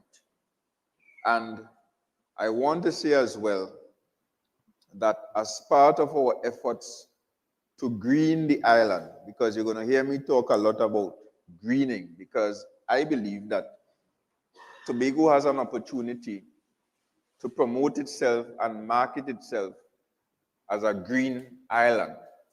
And green also goes with clean, not just because they rhyme, but green energy is also called clean, renewable energy. So the greening is not just about the landscaping, right? And greening the space to have more trees and more plants around, which, by the way, will improve the health of the people of the island. It's not just a beautification thing. It's also an improvement in your health and your mental health and so on. But greenness will also mean that we are going to be promoting the use of electric vehicles on this island. Now, we're not going to say that everybody must buy an electric vehicle. That's not what we're saying. But when it comes to the THA and vehicles for public use, we will be making an effort to gradually transition to the use of electric vehicles. So those buses that I spoke about, we are going to be looking at the possibility, firstly, of electric buses. Of course, we'll take into consideration the terrain and so on. And it's not something I believe we need to worry about, because electric vehicles have come to the point now where they are even more powerful than ICE vehicles, internal combustion engines, right? In terms of horsepower and torque, electric vehicles have gotten to the point where they are even faster than Ferraris and Lamborghinis. The new Tesla Model X and Model S and Cybertruck are doing 0 to 60 in less than 3 seconds, right? So as part of our greening initiative, those buses to supplement the bus service, because Tobago has to mind its business.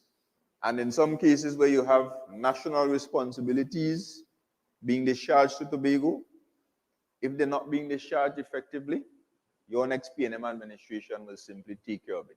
And we're going to take care of the buses as well. Thank you, Mr. Dennis. This one is directed at Mr. Dennis. What are your thoughts and plans for the motorsport world in Tobago? Because it is a sport. We'd like to know what are the party's plans and its part in tourism as well.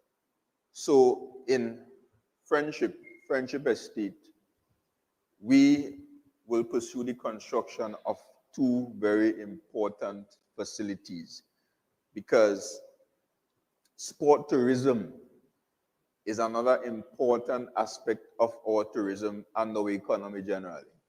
So even before I get to the facilities, you see all those sport tourism initiatives that we lost under this administration, we are going to pursue all of them and return them to Tobago. When last we also had Dragon Boat Festival, gone, we're going to bring that back. Sailing Regatta, gone, we're going to bring that back. There's another one that went recently, Cycle Classic, gone, we're going to bring that back. And I am hearing the issue is that we don't have money. Or you don't have money to invest in critical events, because when you have those events, islands full, hotel full, islanders sink sometimes, and it actually feels Tobago getting lower to the sea, first it's full of people. You don't have money for that, but you have money to spend $25 million over 4 years in travel. So you're going to bring back all those initiatives. You're going to bring back the sailing regatta.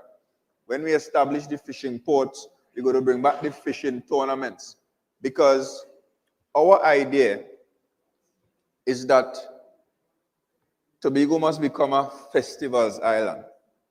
At any point in time in the year, something must be happening in Tobago to bring people to the destination. Exactly.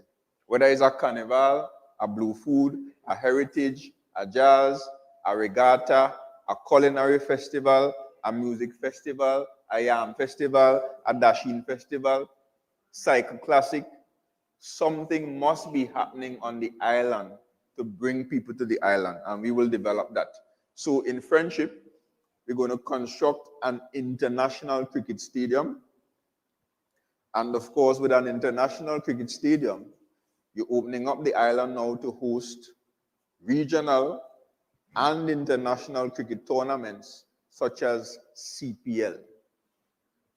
And very close to that cricket stadium, we will pursue as well the construction of a motorsport facility that will have a drag strip, that will have a drift space, and that will have possibly as well a small circuit. And all of that is part of our sports tourism thrust. That is how you drive tourism. And everywhere else is selling sea, sun, sand. Barbados have sea, sun, and sand. We know what we have that they don't have? Festivals. We could pursue that. Of course, they have Cropova. But in Tobago, we have blue food. We have jazz. We have heritage. Heritage has been 2 weeks. We have 2 carnivals. We used to have some big fisherman fits long time, right? We can have a situation where almost every community could adopt and own and execute a festival. And you know what's another thing we're going to do quickly? The Heritage Festival is now on life support. It ain't dead yet. It's on life support.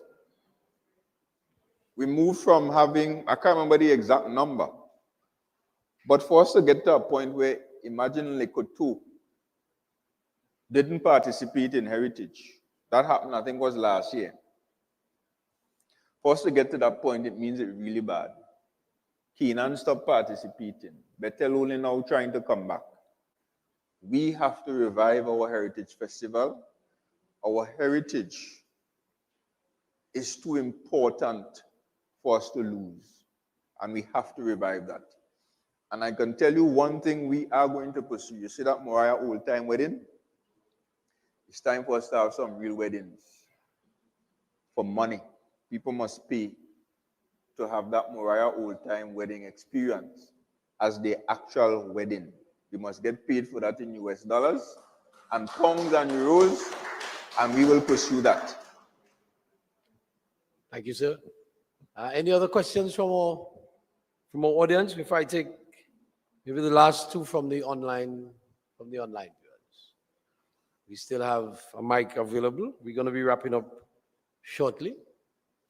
And so the question from one of our online viewers, can you please explain what are the plans for the people of Speyside? So Speyside is very interesting, and I'm glad the chief spoke about the festivals, because one of the key areas we need to pursue, especially in Speyside, would be a fish and seafood festival, because it's important that we keep these things going to keep the island abuzz. And I think a fish and seafood festival is a critical festival that is in tandem with our culture, and that is ideal for Speyside. Also, a slipway needs to be placed to allow the fishermen to be able to pull their boats up comfortable to have their boats serviced. So that is critical. Another thing for Speyside is the Institute of Marine Affairs, where UTT is offering marine science studies and placing that in Speyside because it's uniquely located. We have so much marine activity happening out at sea there. And also, a critical thing is that sargassum seaweed.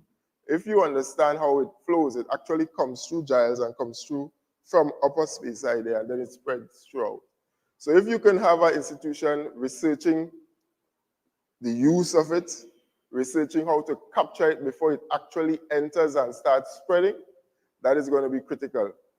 So, and those are just a few of some of the things we're hoping to have going for Speyside in particular. Also, that Mantle Lodge that we have to ask ourselves, how has the community of Speyside benefited? Are they partners in that arrangement? Are they really benefiting? The water wheel, excellent tourist attraction, just there languishing. How are we going to capitalize on something like that? And there are a number of other initiatives that Speyside in particular focus will be placed on. Thank you very much, Mr. Roberts. And the first plan for Speyside should be to get rid of Fali.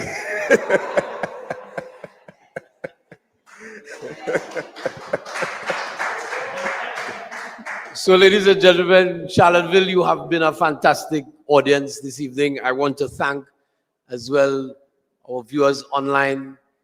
This again has been another engaging meeting, another engaging community conversation.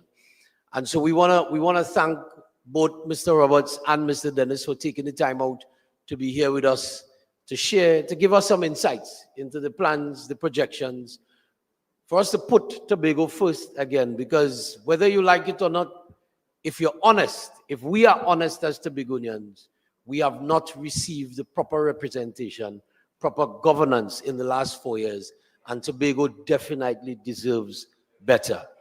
And so I want to ask two gentlemen, starting with Mr. Roberts and then followed by Mr. Dennis, for you guys to give us your closing remarks. 2 minutes. 2 minutes closing remarks.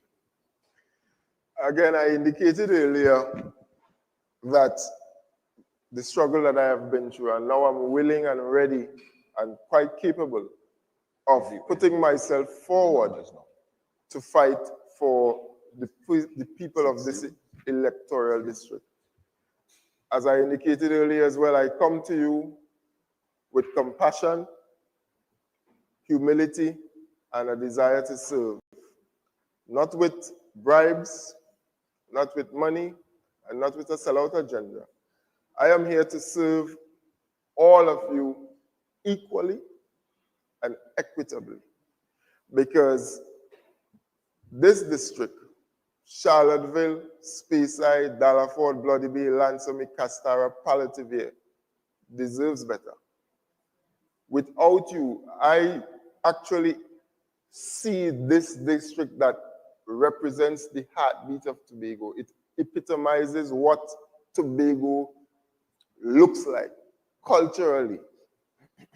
Beauty, pristine, it represents that. And it is time that this district be put first, because you deserve better. Tobago deserves better.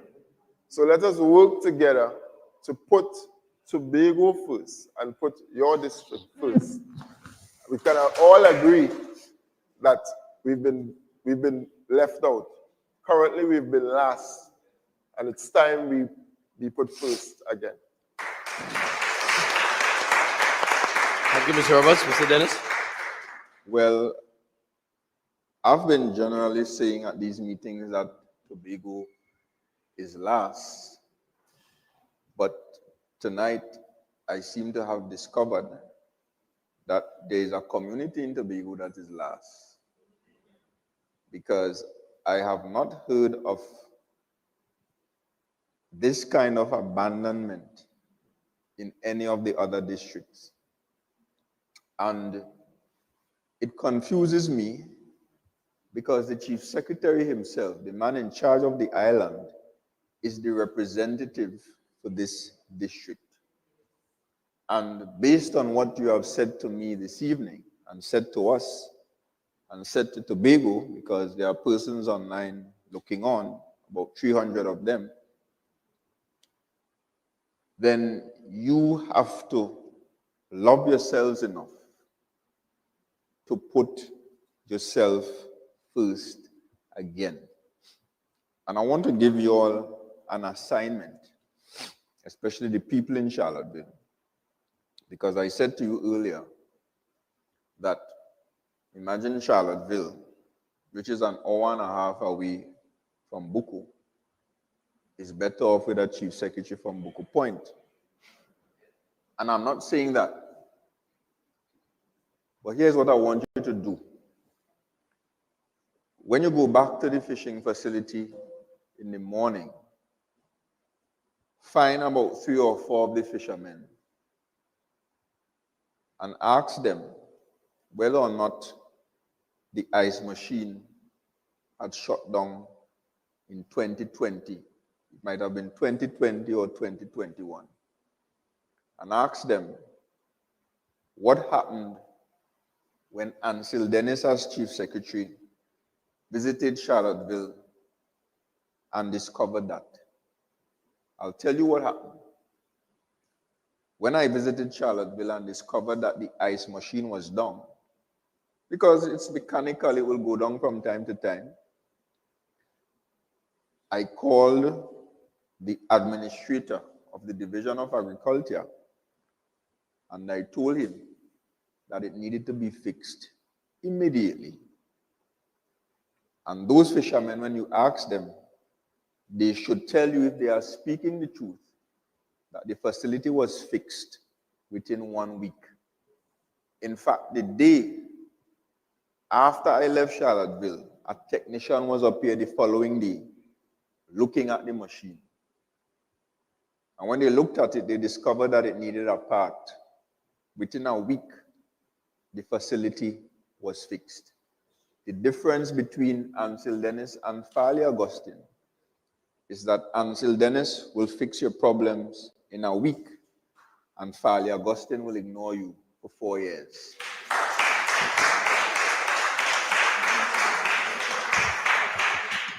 I was waiting for something else to come after that. Thank you very much, gentlemen. You've been fantastic. You have shared your vision, shared what Tobago would look like under the People's National Movement, under the leadership of our Chief Secretary, Ansel Dennis. Charlotteville, Tobago, Trinidad and Tobago, we thank you for tuning in. We thank you for being part of this conversation. We ask you to join us on Monday at Lekoto, where the conversation continues and the vision will be we'll continue to share the vision of the People's National Movement for Tobago and Tobago's governance. Do get home safe. Have a blessed night. And God bless you all. Good conversation again. You didn't get a picture in Castar. Yeah, we got that, man.